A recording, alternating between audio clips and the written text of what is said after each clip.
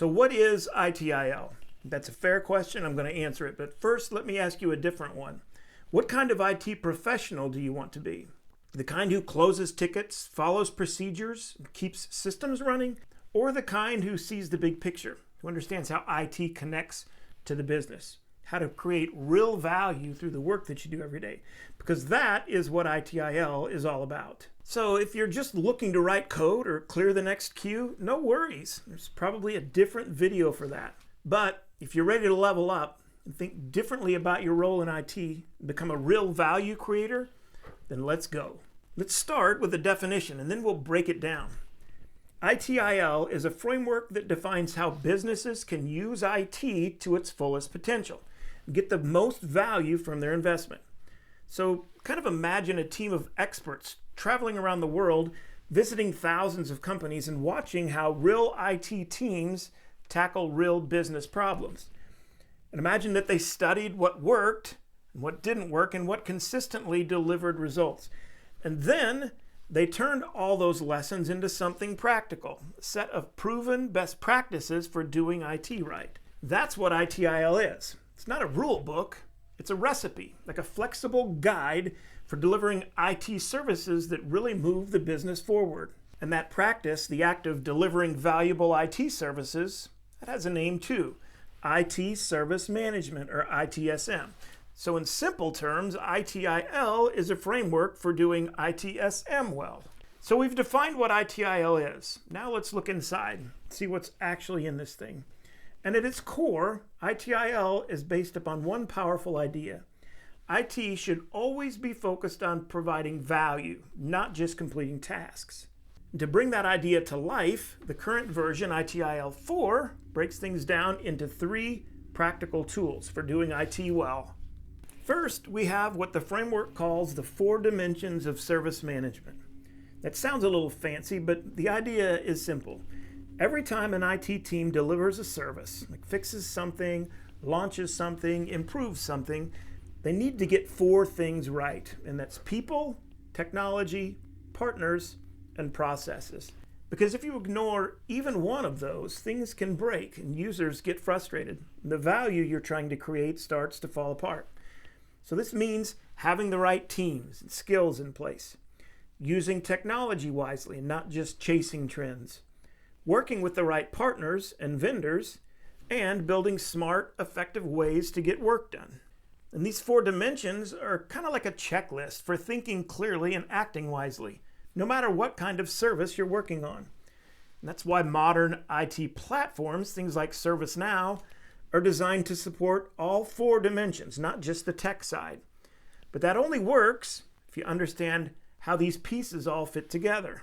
Next, we have something called the Service Value System, or SVS. Now that term sounds like something that you'd see in a white paper. But what it actually is a way of seeing the big picture.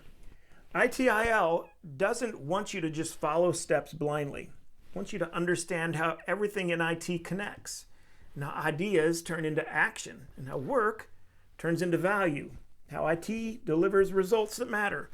The Service Value System shows you how all the moving parts, the IT teams and the processes and the tools and the partners, how they come together to co-create value with the business. And that phrase is important, co-create value. Not just deliver technology, but work side by side with the rest of the business to make good things happen. Here's how ITIL formally defines the Service Value System.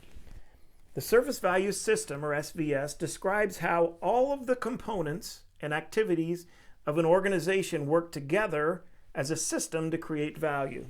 Or in plain English, it's the model that shows how IT connects all the moving parts to deliver real results that matter. You'll often see the Service Value System shown like this, with 5 main components working together. There's guiding principles, and these are like timeless advice that helps steer the decisions in any situation. There's governance, which is the structure of making decisions and staying accountable. There's practices. Those are key activities and methods that IT relies on, things like incident management or change management. And then there's continual improvement, which is really just a mindset, always looking for ways to get better. And right at the center, there's the service value chain. Each of these plays a role in turning ideas into valuable outcomes. But the heart of this is this service value chain. It's where the real work happens, and that's where we're going to zoom in next. The service value chain shows how IT takes in demand and ideas, requests, problems, and turns them into real valuable outcomes. It's kind of like a production line for IT services, but it's more flexible than a factory assembly line. Every time the business needs something from IT, the service value chain guides how that need flows through a set of activities. Activities that help transform demand into value. And here's how ITIL formally defines this service value chain. The service value chain is the central element of the service value system, and it's a flexible operating model for creating, delivering, and continually improving services. In plain English, it's the engine at the center of the system, helping IT take in the needs and deliver outcomes that actually move the business forward. And those key activities are planning, or making sure that there's alignment and strategy and direction. Improving, always looking for ways to make things better. Engage, that stay connected to the stakeholders and the people that make the requests, reporting issues, needing services. Design and transition. This is where we turn the ideas into practical, deliverable services. Obtain or build. This is where we acquire or build the components that we need for the services. And finally, deliver and support. We actually deliver the service and support it so it works reliably. And these activities aren't always done in a straight line. They loop, they overlap, they adjust based on the situation. But the service value chain keeps it focused, making sure that the work flows in a way that consistently delivers value. So far, we've covered the big picture, the 4 dimensions, the system that connects it all together, the service value chain. Now let's get down to what the IT teams actually do on a daily basis to make this all work. The third practical tool in ITIL is called the 34 Management Practices. And I know 34 sounds like a lot, but don't worry, nobody's expecting you to rattle them off from memory. These practices are really just structured areas of work, things that IT teams focus on to keep services reliable, changes running smoothly, the business running the way it's supposed to. They're grouped into 3 categories. They're general management, service management, and technical management. And you've probably seen some of these in action, even if you didn't know that they were part of ITIL. Incident management, for example, keeps services up by fixing issues fast. Change enablement, or change management, making updates without breaking everything. Service request management, handling those everyday requests from users. And for those of you who've worked with a CMDB, that ties right back to this service configuration management practice, making sure you know what's in your environment and how it all connects.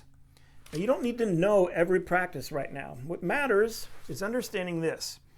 ITIL gives you practical tools to organize, manage, and improve the work IT teams do every single day, all with the goal of delivering real value to the business. So here's the big takeaway. ITIL isn't about making things more complicated. It's about helping IT teams understand how to create real value, how all of the inner working parts connect so that we're not just closing tickets, but we're actually providing value that moves the company forward. That's the kind of IT pro companies need, and that's the kind of IT pro I know you're working to become. Now, if you're exploring platforms like ServiceNow, understanding ITIL is going to give you a huge advantage. ServiceNow's built on a lot of these same principles. So when you get ITIL, the platform just kind of starts to make a whole lot more sense. I've actually put together a free resource to help with that. It's called the ServiceNow Fundamentals CSA Certification Study Companion. It'll help you understand the platform and the terminology and how it all connects, whether you're new to ServiceNow or getting ready for the CSA exam. If you're interested in that, look for the link in the description. If you want to go a step further, I also run a CSA Masterclass and Prep Hub, where we go through ServiceNow step by step. We bring these ideas to life with practical examples. Either way, you're here to level up, and I appreciate that you stuck with me. If you found value in this video, consider subscribing to the channel. Look out for the next video. I'll see you there.